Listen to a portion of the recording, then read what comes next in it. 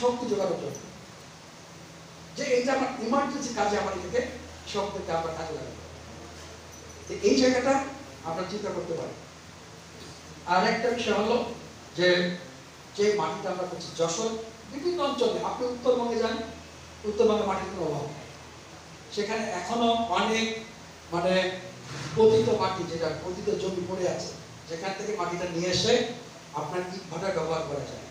কারণ ওই মাটিটা এত উঁচু, বরফে লেভেল করে দিলে পরে এটা প্রোডাকশন আওতায় আনা সম্ভব।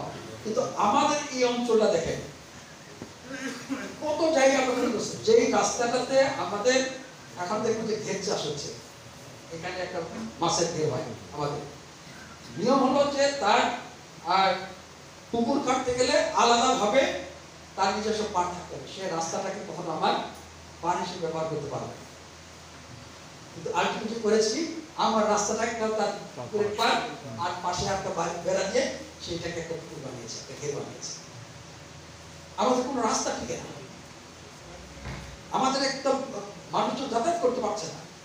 তার এই জায়গাটাকে চিন্তা করতে এবং ঘের কাটার জন্য যিনি আমার দৃষ্টিতে যশোরের যতগুলো ঘের মালিক আছে তারা অধিকাংশই যশোরে বাস করেন না,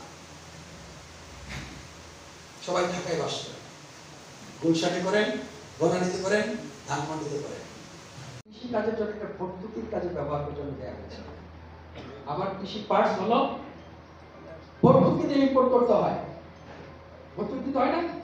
আমার কৃষি যত যন্ত্রাংশ আছে ওনারা জানেন, সবগুলো আমাদের ভর্তুকি দিয়ে নিয়ে আসতে হয়। রাষ্ট্রের টাকা খরচ করে সেইটাকে যদি আমরা সত্যিকার অর্থে ভ্যাট ট্যাক্স রাষ্ট্রীয় খরচ দিয়ে আসি, তাহলে একটা পাওয়ার টিলার 5 লাখ টাকা, অথচ আমরা কৃষকের কাছে পাওয়ার টিলারটা 1 লাখ টাকা দিয়ে দিই, 1.5 লাখ টাকা দিয়ে দিই।